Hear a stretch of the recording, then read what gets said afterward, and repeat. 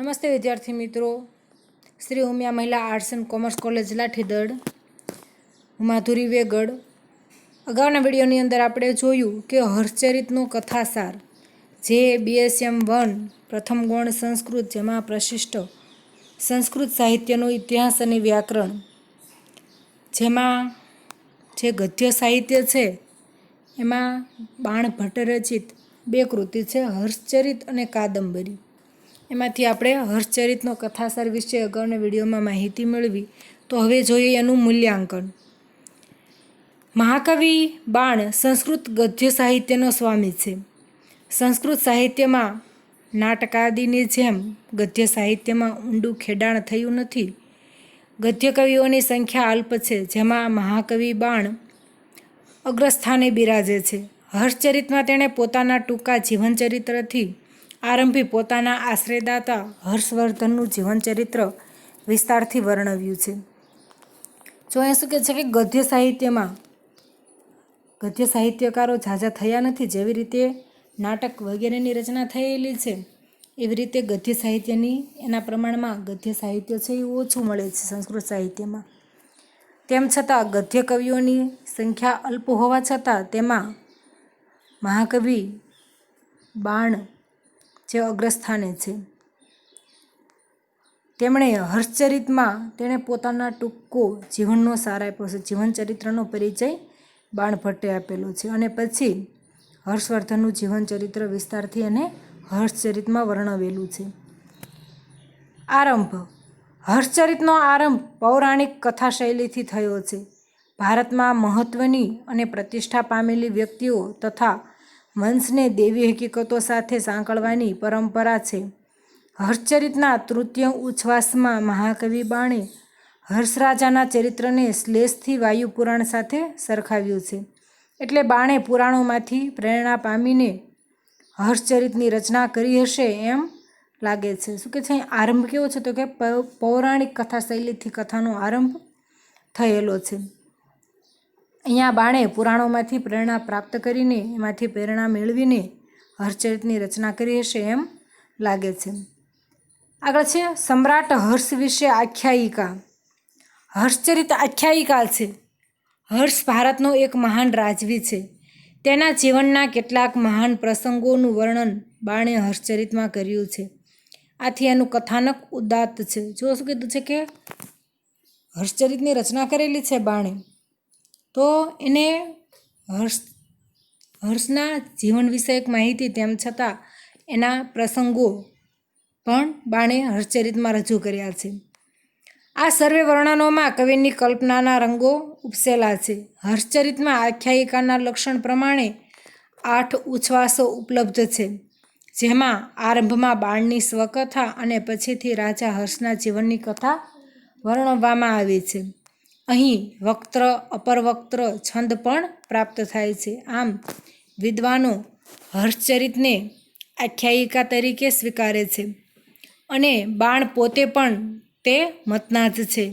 હર્ષચરિતને એક ઐતિહાસિક મહાકાવ્ય પણ કહી શકાય. તેમજ તેની પુસ્તિકામાં એવી રીતે સ્પષ્ટ ઉલ્લેખ પણ બાણે કર્યો છે. શું કે અહીંયા આ જે ગદ્ય રચના છે એ આખ્યાયિકા પ્રકારની છે અને આખ્યાયિકાના લક્ષણોની સાથે મળતી પણ આવે છે. જેવી રીતે એમાં કીધું છે સ્વપરિચય અને પછી હર્ષનો પરિચય, તો બાણે અહીંયા પહેલાં પોતાનો સંક્ષિપ્ત પરિચય આપેલો છે અને પછી હર્ષના જીવનની શરૂઆત હર્ષચરિતની રચના પછી કરીને હર્ષના જીવન વિશે અને એના પ્રસંગો વિશે માહિતી આપેલી છે. આગળ છે સત્ય કથા. હર્ષચરિતનું કથાનક ઉપલબ્ધાર્થ છે, કેમ કે બાણે આપેલી હકીકતો કલ્પનાસભર હોવા ઉપરાંત સત્ય પર નિર્ભર છે. શું કે છે અહીંયા કલ્પના પોતે પોતાના મૌલિક વિચારો પણ રજૂ કરેલા છે. તેમ છતાં હર્ષચરિત છે એની જે સત્ય ઘટનાઓ છે એની સાથે આ કથા છે એ સત્ય હકીકત સાથે પણ રજૂ થયેલી છે.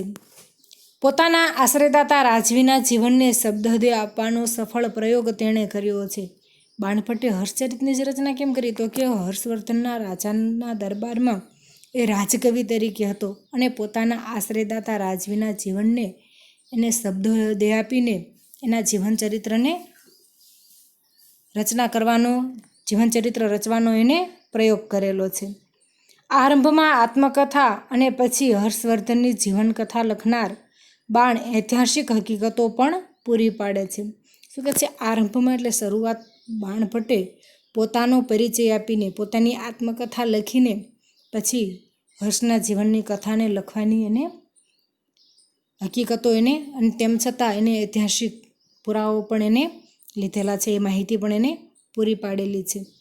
ચીની બૌદ્ધ સાધુ હ્યુએન સંગે આપેલી અને હર્ષચરિતમાં આવેલી હકીકતો વિપુલ પ્રમાણમાં સામ્ય ધરાવે છે. હર્ષચરિતની ઐતિહાસિકતા ચીની મુસાફરની નોંધ ઉપરાંત અન્ય ઉત્કીર્ણ લેખો કે તામ્રપત્રોથી પણ સિદ્ધ થાય છે. આગળ છે નિર્ભેળ ઇતિહાસ નથી. આ બધું હોવા છતાં હર્ષચરિત ઇતિહાસ પ્રકારનો ગ્રંથ નથી, કારણ કે કવિ કલ્પનાના જગતમાં નિર્ભેળ ઐતિહાસિક સામગ્રીની પ્રાપ્તિ મુશ્કેલ બને છે. શું કહે છે અહીંયા કે ઇતિહાસ પ્રકારનો ગ્રંથ છે, ઐતિહાસિક પુરાવાઓ એને લીધેલા છે, પણ તેમ છતાં ઇતિહાસ પ્રકારનો ગ્રંથ છે એમ કહી શકાય નહીં, કારણ કે અહીંયા બાણે પોતે પોતાની કલ્પના શક્તિથી પણ અને ઐતિહાસિક સામગ્રી બંને ભેગી કરીને એને આ ગદ્ય સાહિત્યની રચના કરેલી છે. કેટલાક ઐતિહાસિક મુદ્દાઓને બાણે અસ્પષ્ટ રાખ્યા છે. વધુ પડતું અત્યુક્તિભર્યું ચિત્ર આપી પૌરાણિક વાતાવરણ ઉપસાવીને તેણે ઐતિહાસિક મૂલ્ય ઘટાડ્યું છે. એસ.કે. ડે જેવા હર્ષચરિતને ઐતિહાસિક વિશેષણ લગાવવાની તરફેણમાં નથી. હર્ષચરિત કોઈ આધુનિક વ્યાખ્યા પ્રમાણેનો નીરસ ઘટના પ્રધાન ઇતિહાસ નથી, પરંતુ રોચક વર્ણનાત્મક પ્રબંધ કાવ્ય છે, જેનો આધાર રાજા હર્ષનું ઇતિહાસ પ્રસિદ્ધ જીવન છે. આથી જ આ કાવ્યાત્મક આખ્યાયિકા પોતાના વિશિષ્ટ કાવ્ય પ્રયોગનો આદર્શ મનાય છે.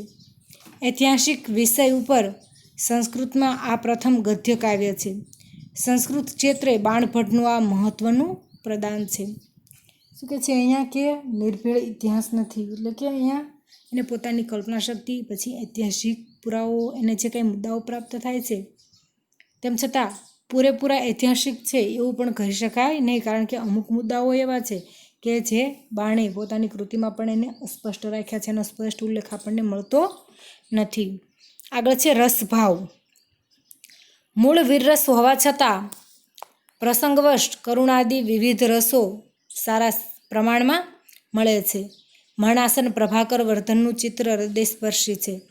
હર્ષવર્ધનનું ઉજ્જવળતમ વર્ણન કોમળ માનવ ભાવો ચિત્રિત કરતા પ્રસંગો, પ્રાતઃકાળ, સાયંકાળ, ઘોડાઓ, હાથીઓ વગેરેના અનેક મોહક વર્ણનો ઇત્યાદિથી હર્ષચરિતની શોભા નિઃશેષ વધે છે.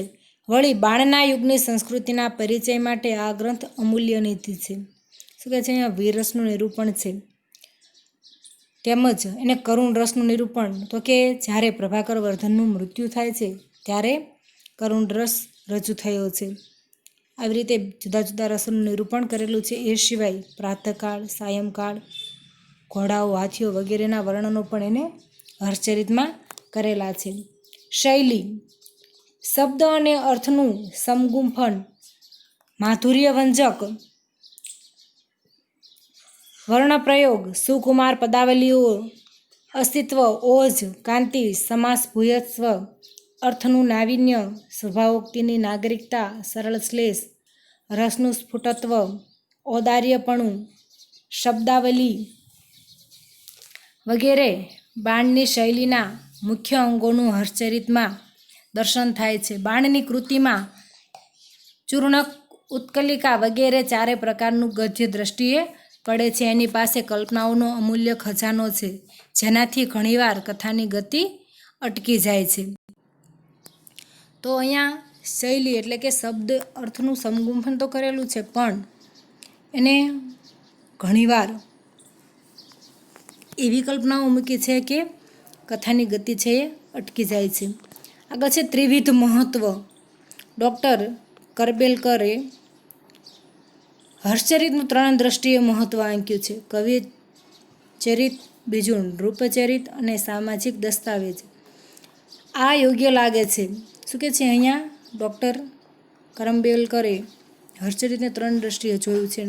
કવિચરિત એટલે કે કવિએ પોતાની ટૂંકમાં જે પરિચય આપેલો છે એ નૃપચરિત એટલે કે પ્રભાકર રાજા અથવા તો હર્ષવર્ધન એ રાજાઓનું વર્ણન છે. અને સામાજિક દસ્તાવેજ તો આ 3 રીતે એને એ આંકે છે. સંસ્કૃત ગદ્ય સાહિત્યમાં હર્ષચરિત એકમાત્ર આખ્યાયિકા છે કે જે ઉપલબ્ધ છે. વળી સંસ્કૃત સાહિત્યમાં આ એકમાત્ર ગ્રંથ છે કે જેમાં કવિ પરિચય પ્રાપ્ત થાય છે. આથી એને પરિચાયિકા આખ્યાયિકા પણ કહી છે. હર્ષચરિત અપૂર્વ આખ્યાયિકા છે અને બાણભટ્ટે આ કૃતિ દ્વારા સંસ્કૃત ક્ષેત્રે અપૂર્વ પ્રદાન કર્યું છે. શું કે છે અહીંયા કે હર્ષચરિત એ એક એવી રચના છે કે જેમાં કવિનો પોતાનો પરિચય મળે છે. સંસ્કૃત સાહિત્ય જગતમાં જોઈએ તો કવિ પોતાનો પરિચય ક્યાંય આપતા જ નથી. જ્યારે અહીંયા બાણભટ્ટે પોતાનો પરિચય આપીને પછી કૃતિની રચના કરી છે. એટલે કે હર્ષચરિત પછી હર્ષના ચરિત્રને એને વર્ણવેલું છે. પોતાના જીવનનો સંક્ષિપ્ત પરિચય એને આપી દીધેલો છે. આથી આ હર્ષચરિત એક અપૂર્વ આખ્યાયિકા છે અને પરિચાયિકા આખ્યાયિકા પણ કહી શકાય. તો આપણો આ પ્રશ્ન અહીંયા પૂર્ણ થાય છે. Thank you.